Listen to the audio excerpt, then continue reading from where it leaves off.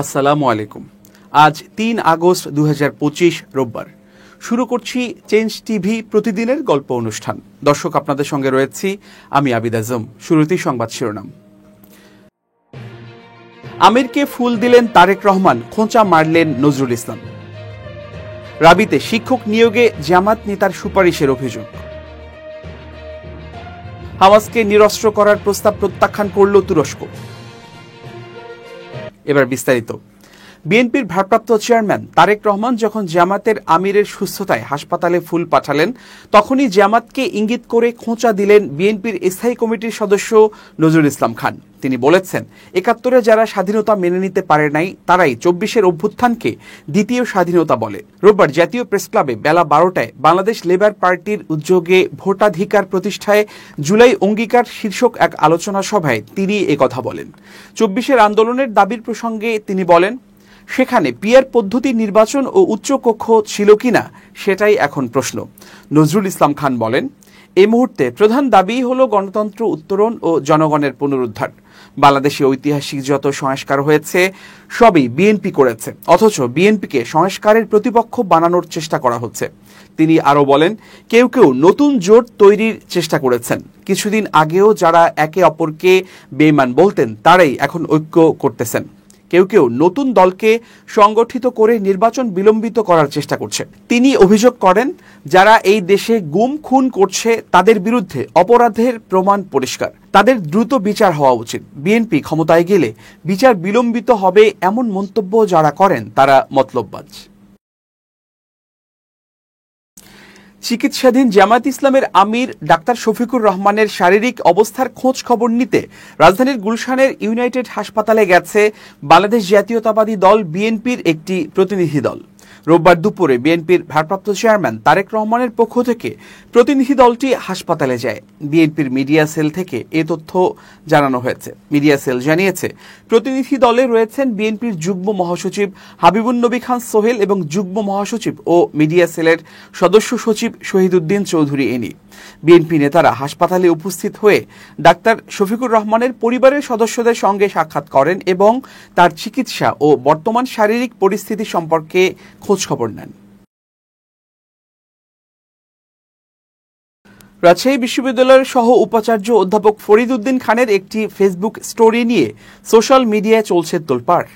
বিশ্ববিদ্যালয়ের শিক্ষক নিয়োগে একজন প্রার্থীর জন্য জামায়াত ইসলামের সাবেক এক সংসদ সদস্যের সুপারিশের কাগজ স্টোরিতে আপলোড করা হলে এ আলোচনা শুরু হয়।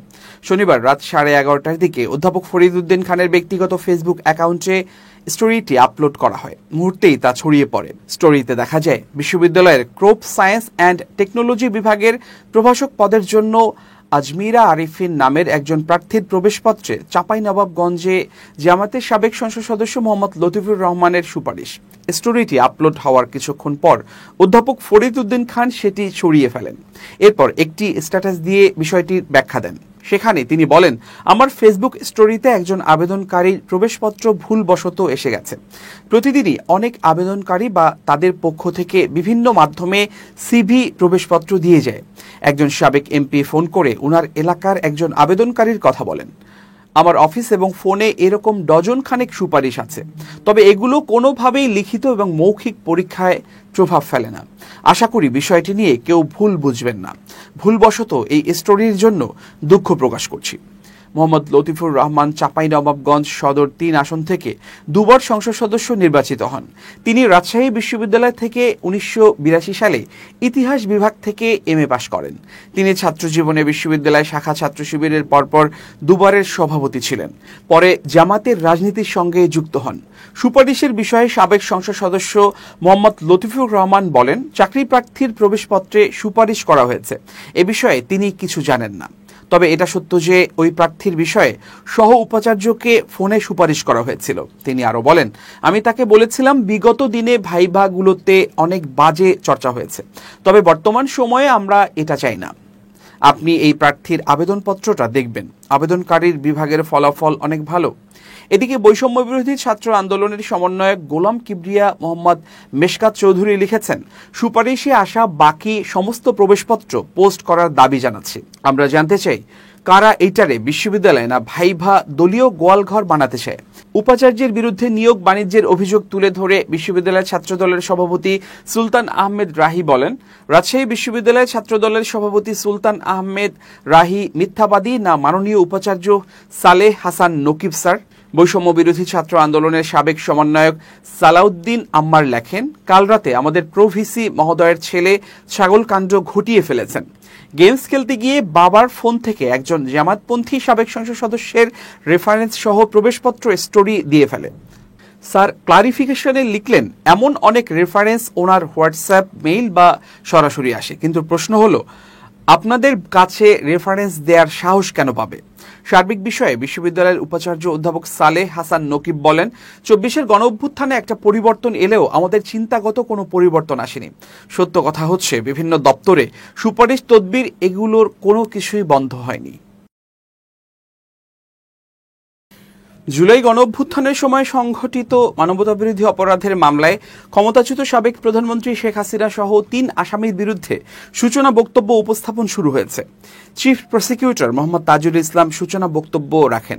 সূচনা বক্তব্য শুরুর আগে ট্রাইব্যুনালের সামনে সংক্ষিপ্ত বক্তব্য দেন অ্যাটর্নি জেনারেল মোহাম্মদ আসাদুজ্জামান। তিনি বলেন, আজকের দিনটি ঐতিহাসিক। পৃথিবীর ইতিহাসে শেখ হাসিনার মতো কোনো স্বৈরাচারের জন্ম হয়নি। তিনি পৃথিবীর শ্রেষ্ঠ মিথ্যাবাদী স্বৈরাচার। অ্যাটর্নি জেনারেল বলেন, কোনো স্বৈরাচারকে মিথ্যার ওপর পিএইচডি করতে হলে তাকে শেখ হাসিনার কাছে শিখতে হবে। পৃথিবীর সব স্বৈরশাসকের যদি কোনো সমিতি করা হয়, শেখ হাসিনা হবেন তার সভাপতি। বাংলাদেশের ভবিষ্যতের স্বার্থে, ভবিষ্যৎ প্রজন্মের স্বার্থে স্বৈরাচার ও তার সহযোগীদের সর্বোচ্চ শাস্তি আমরা চাই। এ সময় অ্যাটর্নি জেনারেল পৃথিবীর কোন স্বৈরাচারের কি পরিণতি হয়েছে তা আদালতের সামনে তুলে ধরেন। রোববার বেলা 11:30টায় বিচারপতি মোহাম্মদ গোলাম মর্তুজা মজুমদারের নেতৃত্বাধীন 3 সদস্যের আন্তর্জাতিক অপরাধ ট্রাইব্যুনাল 1-এ শুনানি শুরু হয়। ট্রাইব্যুনালের অপর 2 সদস্য হলেন বিচারপতি মোহাম্মদ শফিউল আলম মাহমুদ ও বিচারক মোহাম্মদ মহিতুল হক। এই মামলায় শেখ হাসিনা ছাড়া অন্য 2 আসামি হলেন সাবেক স্বরাষ্ট্রমন্ত্রী আসাদুজ্জামান খান কামাল ও পুলিশের সাবেক মহাপরিদর্শক চৌধুরী আব্দুল্লাহ আল মামুন। এর মধ্যে সম্পূর্ণ সত্য প্রকাশ করার শর্তে চৌধুরী আব্দুল্লাহ আল মামুনের রাজসাক্ষী হওয়ার আবেদন গ্রহণ করেছেন ট্রাইব্যুনাল। এর আগে গত 10 জুলাই মানবতাবিরোধী অপরাধের মামলায় ক্ষমতাচ্যুত সাবেক প্রধানমন্ত্রী শেখ হাসিনা সহ 3 আসামির বিরুদ্ধে আনুষ্ঠানিক অভিযোগ গঠন করে বিচার শুরুর আদেশ দেন ট্রাইব্যুনাল। একই সঙ্গে এই মামলায় প্রসিকিউশনের সূচনা বক্তব্য উপস্থাপনের জন্য 3 আগস্ট দিন ধার্য করেন আদালত। পাশাপাশি আসামিদের বিরুদ্ধে সাক্ষ্য গ্রহণের জন্য দিন ধার্য করা হয়।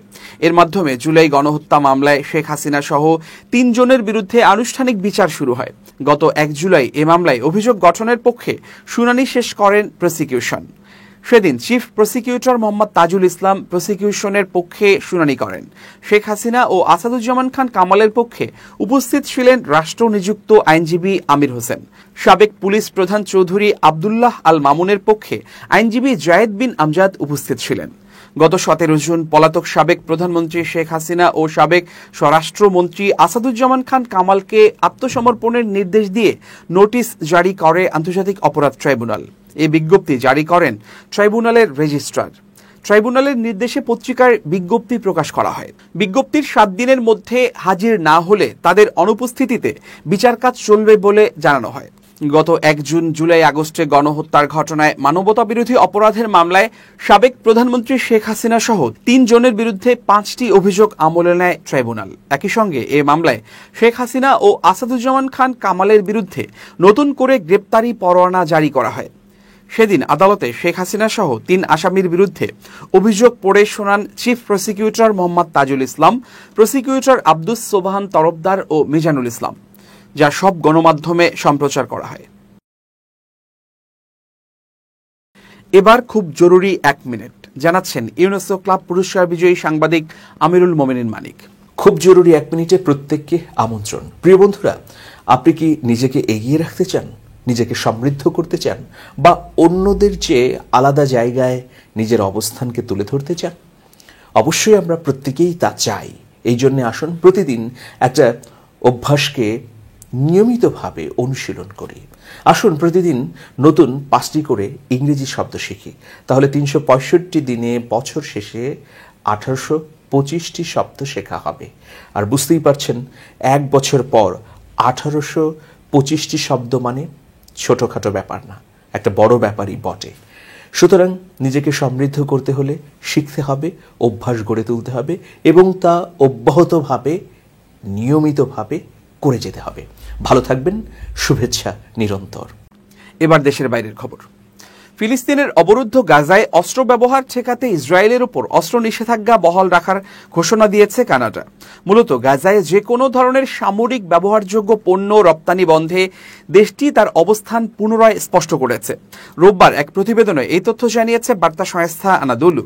শনিবার কানাডার পররাষ্ট্রমন্ত্রী আনিতা আনন্দ এক বিবৃতিতে জানিয়েছেন, গাজায় ব্যবহারের সম্ভাবনা আছে এমন সামগ্রী রপ্তানির জন্য 2024 সালের জানুয়ারি থেকে কোনো নতুন লাইসেন্স অনুমোদন করা হয়নি। তিনি বলেন, গাজায় ব্যবহৃত হতে পারে এমন সামরিক পণ্যের লাইসেন্স আমরা 2024 সালের শুরুতেই স্থগিত করেছি এবং এখনও তা স্থগিতই রয়েছে, কোনো অনুমোদন দেয়া হয়নি। সম্প্রতি গত 29 জুলাই প্রকাশিত একটি প্রতিবেদনে দাবি করা হয়েছে কানাডা থেকে ইসরায়েলে এখনও অস্ত্র যাচ্ছে। এ প্রসঙ্গে আনন্দ বলেন, প্রতিবেদনে বেশ কিছু দাবি বিভ্রান্তিকর এবং বাস্তবতা বিকৃতভাবে উপস্থাপন করা হয়েছে। তিনি ব্যাখ্যা করেন, প্রতিবেদনে যেগুলোকে গুলি বলা হয়েছে সেগুলো আসলে পেইন্ট বল ধাঁচের এগুলোর সঙ্গে এমন যন্ত্র ছিল যা আগ্নেয়াস্ত্রকে সাধারণ গোলাবারুদ ব্যবহারে অকার্যকর করে তোলে। এগুলো যুদ্ধক্ষেত্রে ব্যবহারের উপযোগী নয়। যদি কেউ এমন কিছু ব্যবহারের চেষ্টা করে তাহলেও সেটির জন্য লাইসেন্স লাগবে, আর সেই লাইসেন্স কখনোই দেয়া হতো না। তিনি আরও নিশ্চিত করেন, লাইসেন্স স্থগিত হওয়ার আগ থেকেই কোনো কানাডীয় প্রতিষ্ঠান ইসরায়েলে মর্টার সরবরাহ করেনি, সরাসরি বা পরোক্ষভাবে কোনোভাবেই নয়। আনন্দ জানান, কোনো প্রতিষ্ঠান যদি বৈধ লাইসেন্স ছাড়া সামরিক সরঞ্জাম রপ্তানি করে তাহলে তাদের বিরুদ্ধে আইনানুগ ব্যবস্থা নেওয়া হবে, যার মধ্যে জরিমানা, জব্দ এবং ফৌজদারি অভিযোগও অন্তর্ভুক্ত রয়েছে। তিনি জোর দিয়ে বলেন, আমরা কখনোই কানাডায় তৈরি অস্ত্রকে এই সংঘাতে ব্যবহৃত হতে দেব না। উল্লেখ্য, গত 29 জুলাইয়ে প্রতিবেদনে 4টি এনজিও ওয়ার্ল্ড বিয়ন্ড ওয়ার, ফিলিস্তিনি যুব আন্দোলন, Canadians for Justice and Peace in the Middle East এবং Independent Jews Voices Israeli tax কর্তৃপক্ষের তথ্য উদ্ধৃত করে দাবি করে যে মিলিটারি ওয়েপন পার্টস ও অ্যামুনিশন নামের কানাডীয় সামগ্রী এখনও ইসরায়েলে যাচ্ছে। মঙ্গলবার অটোয়ায় এক সংবাদ সম্মেলনে ফিলিস্তিনি যুব আন্দোলনের ইয়ারা সুফানি বলেন, এই তথ্য থেকে স্পষ্ট, কানাডা সরকারের অস্বীকার সত্ত্বেও দেশটি ইসরায়েলকে এখনও বাস্তবিক সহায়তা দিচ্ছে। সংগঠনগুলো কানাডা থেকে ইসরায়েলে সামরিক সরঞ্জাম পাঠানোর প্রমাণ হিসেবে বাণিজ্যিক শিপমেন্টের কাগজপত্র উপস্থাপন করেছে। সম্প্রতি জাতিসংঘে অনুষ্ঠিত ফিলিস্তিন বিষয়ক এক সম্মেলনে তুরস্ক ফিলিস্তিনি সশস্ত্র গোষ্ঠী হামাসকে নিরস্ত্র করার প্রস্তাব সমর্থন করেছে এমন দাবি দৃঢ়ভাবে প্রত্যাখ্যান করেছে দেশটি বলছে, ফিলিস্তিন রাষ্ট্র প্রতিষ্ঠার আগ পর্যন্ত হামাসকে নিরস্ত্র করার পক্ষে নয় তারা। শনিবার রাতে এক প্রতিবেদনে এই তথ্য জানিয়েছে সংবাদ মাধ্যম টিআরটি ওয়ার্ল্ড। সংবাদ মাধ্যমটি বলছে, জাতিসংঘ সাধারণ পরিষদে 28 থেকে 30 জুলাই অনুষ্ঠিত ওই সম্মেলনের নাম ছিল ফিলিস্তিন প্রশ্নের শান্তিপূর্ণ সমাধান এবং 2 রাষ্ট্র ভিত্তিক পথ বাস্তবায়ন বিষয়ক উচ্চ পর্যায়ের আন্তর্জাতিক সম্মেলন। এটি যৌথভাবে আয়োজন করে সৌদি আরব ও ফ্রান্স। সম্মেলনের চূড়ান্ত ঘোষণার 11 নম্বর অনুচ্ছেদে বলা হয়েছিল, হামাস যেন গাজা শাসনের দায়িত্ব ছেড়ে দিয়ে আন্তর্জাতিক উদ্যোগের আওতায় নিজেদের অস্ত্র ফিলিস্তিন কর্তৃপক্ষের কাছে হস্তান্তর করে। অনেকে এটিকে হামাসকে নিরস্ত্র করার আহ্বান বলে ব্যাখ্যা করেন। তবে তুরস্ক জানিয়েছে, তাদের হস্তক্ষেপের পর মূল দলিল ও সংযুক্তিতে নিরস্ত্রীকরণ শব্দটি সরিয়ে ফেলা হয়, বরং অস্ত্র হস্তান্তরের বিষয়টি ফিলিস্তিন রাষ্ট্র প্রতিষ্ঠার রাজনৈতিক লক্ষ্য সংশ্লিষ্ট করে পুনর্গঠন করা হয়। তুরস্কের পররাষ্ট্র মন্ত্রণালয় এক বিবৃতিতে বলেছে, ইসরায়েলের দীর্ঘদিনের রেকর্ড বিবেচনায় তুরস্ক মনে করে ফিলিস্তিনি সশস্ত্র গোষ্ঠীগুলোর যে কোনো নিরস্ত্রীকরণ অবশ্যই স্বাধীন, একক এবং পূর্ব জেরুজালেমকে রাজধানী করে একটি ফিলিস্তিন রাষ্ট্র গঠনের সঙ্গে সংযুক্ত থাকতে হবে, অথবা আন্তঃফিলিস্তিনি ঐক্য প্রক্রিয়ার মাধ্যমে অর্জিত কোনো চুক্তির আওতায় হতে হবে। তারা আরও জানান, আন্তর্জাতিক ঐক্য বজায় রাখার স্বার্থে এবার আনুষ্ঠানিক আপত্তি তোলা হয়নি, তবে ভবিষ্যতে যেন তাদের উদ্বেগ বিবেচনায় নেওয়া হয় সেই আশা করা হচ্ছে। তুরস্ক এটাও স্পষ্টভাবে জানিয়ে দেয়, তারা হামাসকে বিনা শর্তে ইসরায়েলি জিম্মিদের মুক্তির আহ্বান জানায়নি। তারা বলেছে, সম্মেলনের 8 নম্বর অনুচ্ছেদটিকে যুদ্ধবিরতির সামগ্রিক প্রেক্ষাপটে দেখতে হবে। সেখানে মিশর, কাতার ও যুক্তরাষ্ট্রের মধ্যস্থতায় একটি চুক্তির পক্ষে সমর্থন জানানো হয়েছে, যাতে স্থায়ী যুদ্ধবিরতি, সকল জিম্মি মুক্তি, ফিলিস্তিনি বন্দি বিনিময়, মরদেহ হস্তান্তর এবং গাজা থেকে ইসরায়েলি সেনা প্রত্যাহারের বিষয়ে অন্তর্ভুক্ত রয়েছে। 3 দিনব্যাপী এই সম্মেলনের লক্ষ্য ছিল ইসরায়েল ফিলিস্তিন সংকটের 2 রাষ্ট্র ভিত্তিক সমাধানের জন্য একটি সময় সীমাবদ্ধ ও বাস্তব রোডম্যাপ তৈরি করা। এতে জাতিসংঘের 122টি সদস্য দেশ এবং 6টি আন্তর্জাতিক সংস্থা অংশ নেয়। সম্মেলনের সহসভাপতি ছিলেন সৌদি পররাষ্ট্রমন্ত্রী প্রিন্স ফয়সাল বিন ফারহান ও ফরাসি পররাষ্ট্রমন্ত্রী জা নোয়েল বারো। ফিলিস্তিন প্রতিনিধি দলের নেতৃত্বে ছিলেন প্রধানমন্ত্রী মোহাম্মদ মুস্তাফা ও পররাষ্ট্রমন্ত্রী তারসেন আগাবেকিয়ান। জাতিসংঘ মহাসচিব অ্যান্তোনিও গুতেরেস ও সাধারণ পরিষদের সভাপতি ফিলেমন ইয়াংও অনুষ্ঠানে বক্তব্য দেন। দর্শক, শেষ করছি প্রতিদিনের গল্পের আজকের গল্প। changetv.press বাংলাদেশের ইউটিউব জার্নালিজমের অগ্রদূত। ভিজিট করুন এর ওয়েবসাইট www.changetv.press, youtube.com/changetvpress এবং সাবস্ক্রাইব করুন চ্যানেলটি। নিয়মিত লাইক, কমেন্ট ও শেয়ার করে আপডেট রাখুন নিজেকে। ভালো থাকুন, নিরাপদে থাকুন, শুভেচ্ছা নিরন্তর। changetv.press, এক ফোঁটা হলুদ নেই।